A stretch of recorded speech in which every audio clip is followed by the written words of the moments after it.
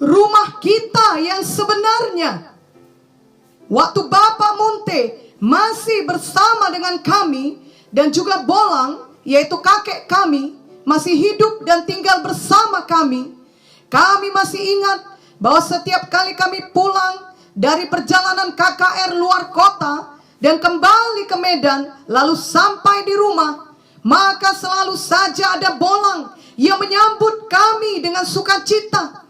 Memanglah dalam semua trip atau perjalanan pelayanan KKR tersebut, kami sangat bersukacita karena memberitakan Injil kepada banyak jiwa.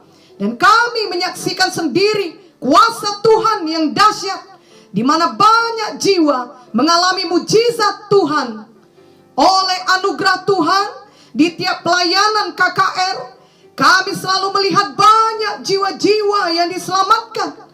Namun tetap saja ketika akan tiba saatnya kembali ke rumah, hati kami sangat bersuka cita.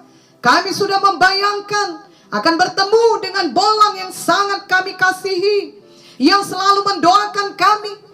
Memanglah berkumpul dengan orang yang sangat kami kasihi dan yang mengasihi kami merupakan sukacita yang sangat besar.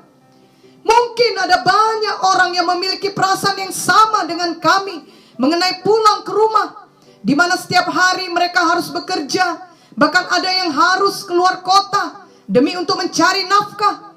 Namun ketika tiba saatnya pulang ke rumah untuk berkumpul dengan keluarga yang mereka kasihi, alangkah senangnya hati ini. Pada umumnya akan banyak orang menantikan saat pulang ke rumah, baik para orang tua dari tempat kerja mereka ataupun anak-anak dari sekolah mereka.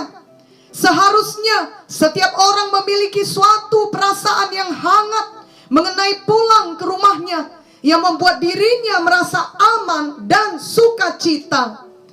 Dan betapa lebih lagi sukacitanya kelak saat kita semua kembali ke rumah kita yang sebenarnya, yakni di sorga, di Yerusalem baru. Tuhan Yesus sudah naik ke sorga dan menyediakan tempat bagi kita. Ini tertulis dalam Yohanes 14 ayat 1-3. Janganlah gelisah hatimu, percayalah kepada Allah, percayalah juga kepadaku. Di rumah Bapakku banyak tempat tinggal. Jika tidak demikian, tentu aku mengatakannya kepadamu, sebab aku pergi ke situ untuk menyediakan tempat bagimu. Dan apabila aku telah pergi ke situ dan telah menyediakan tempat bagimu, aku akan datang kembali dan membawa kamu ke tempatku, supaya di tempat di mana aku berada, kamu pun berada. Kelak Tuhan Yesus akan menjemput kita dan membawa kita ke sana. Sungguh sukacita yang luar biasa. Di sana kita akan bertemu dengan orang-orang yang kita kasihi, yang telah lebih dahulu berangkat sebelum kita. Di sana tidak akan ada lagi perpisahan, penderitaan maupun air mata. Tidak akan ada lagi orang yang berbuat jahat kepada kita. Tidak akan ada lagi dosa dan kejahatan. Tidak ada lagi kelemahan atau penyakit, sebab kita sudah diberikan tubuh baru yang mulia. Tidak akan ada lagi perang ataupun kematian. Bahkan waktu tidak lagi menjadi masalah. Kita hidup kekal dan kita tidak akan pernah menjadi tua. Dan yang terindah, kita semua akan bertemu dengan Tuhan Yesus yang mengasihi kita, yang sudah mati menebus dosa kita. Dialah Sang Juru Selamat kita. Kita akan bersama Tuhan Yesus untuk selama-lamanya. Oh, marilah setiap hari kita mengingatkan diri kita bahwa rumah kita yang sebenarnya bukanlah di dunia ini, tetapi berada di kekekalan, di sorga, di Yerusalem yang baru. Adalah baik jika kita mengusahakan mempunyai rumah yang baik, lengkap dengan perabotan yang baik, di lokasi yang baik ketika kita hidup di dunia ini. Namun biarlah kita lebih lagi melakukan semua itu untuk rumah kita di sorga, di Yerusalem baru. Kita semua tahu bahwa ketika kita meninggal dunia, tentulah kita tidak dapat membawa harta, uang, dan semua barang bermerek yang kita miliki di dunia ini ke sorga. Namun apa yang kita lakukan kepada orang lain sehingga hidupnya diselamatkan karena mengenal Tuhan Yesus, lalu hidupnya berubah, hidupnya tertolong, hidupnya bertambah baik, hidupnya terhibur, itulah yang dapat kita bawa kepada kekekalan. Itulah yang akan menjadi upah dan harta kita kelak ketika kita pulang ke rumah kita yang sebenarnya di sorga. Janganlah merasa susah atau berkecil hati bila saat ini kita tidak memiliki perasaan senang kalau kita kembali ke rumah kita di dunia. Mungkin dikarenakan kita tidak memiliki keluarga yang baik yang menerima kita, tetapi justru sebaliknya, mereka memanfaatkan kita atau bahkan menganiaya kita.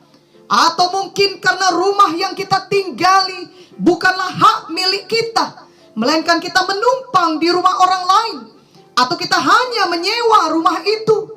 Jangan merasa susah hati, tetapi biarlah sejak hari ini kita mendapat pengertian dari firman Tuhan bahwa yang terpenting adalah saat kita pulang ke rumah kita yang sebenarnya di sorga, di Yerusalem baru kelak. Itu sebabnya selagi kita masih hidup di dunia ini, marilah kita memberi semua yang dapat kita berikan untuk melayani Tuhan dan jiwa-jiwa. Marilah kita hidup untuk berbuat baik bagi orang lain, sehingga hidup orang lain tersebut juga bertambah baik karena kita hadir dalam hidupnya. Mari kita beritakan Injil keselamatan kepada jiwa-jiwa yang belum mendengarnya. Mari ajarkan firman Tuhan sehingga jiwa-jiwa bertumbuh menjadi murid Tuhan yang dewasa. Ada banyak hal yang dapat kita berikan, antara lain waktu kita, tenaga kita, materi kita, keahlian kita, bahkan senyuman kita. Kepada kita semuanya sebagai anak-anak Tuhan, baik tua maupun muda, sudah diberikan Tuhan talenta dan sudah diberikan Tuhan suatu tempat pelayanan di dalam tubuh Kristus di gereja lokal. Mari kita pakai kesempatan selama kita hidup di dunia ini untuk melayani Tuhan sebelum kita pulang ke rumah kita yang sebenarnya di sorga, di Yerusalem baru. Setiap kali kita menabur pemberitaan Injil, menabur pertolongan, menabur kasih, itu semua tidak sia-sia. Kelak kita pasti menuainya. Apa yang ditabur pasti dituai. Sebab itu adalah prinsip firman Tuhan. Dan yang paling indah sebenarnya bukanlah tuaian di dunia ini saja, tetapi terutama tuaian yang bertahan sampai ke kekekalan di rumah kita yang sebenarnya. Ada kisah mengenai pasangan misionaris Amerika yang sudah mengabdikan hidupnya berpuluh tahun di benua Afrika. Di hari tua mereka pulang kembali ke negara mereka. Dan ternyata mereka berada di kapal yang sama, di mana Presiden Amerika juga berangkat pulang dari trip berburu di benua Afrika. Ketika tiba di pelabuhan, mereka melihat begitu banyak orang berbaris untuk menyambut Presiden. Ada karpet merah, ada musik yang meriah, ada begitu banyak orang berusaha menyalami Presiden. Namun tidak ada seorang pun yang menjemput mereka. Tidak ada yang mengenali mereka. Tidak ada yang menyalami mereka. Tidak ada yang peduli kepada mereka. Akhirnya mereka menyelinap pergi dari keramaian, mencari tempat tinggal sederhana yang dapat mereka bayar dengan sisa uang yang mereka miliki.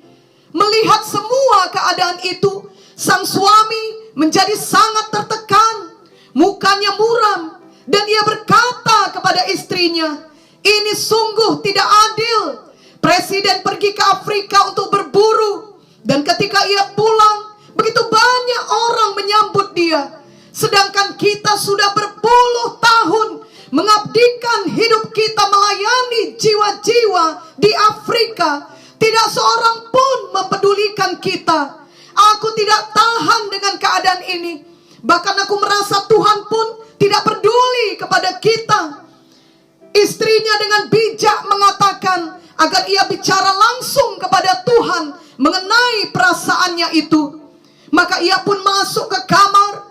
Lalu setelah beberapa waktu lamanya, ketika ia keluar dari kamar, istrinya heran melihat muka suaminya begitu cerah, begitu bersuka cita, sangat berbeda dengan keadaan sebelumnya.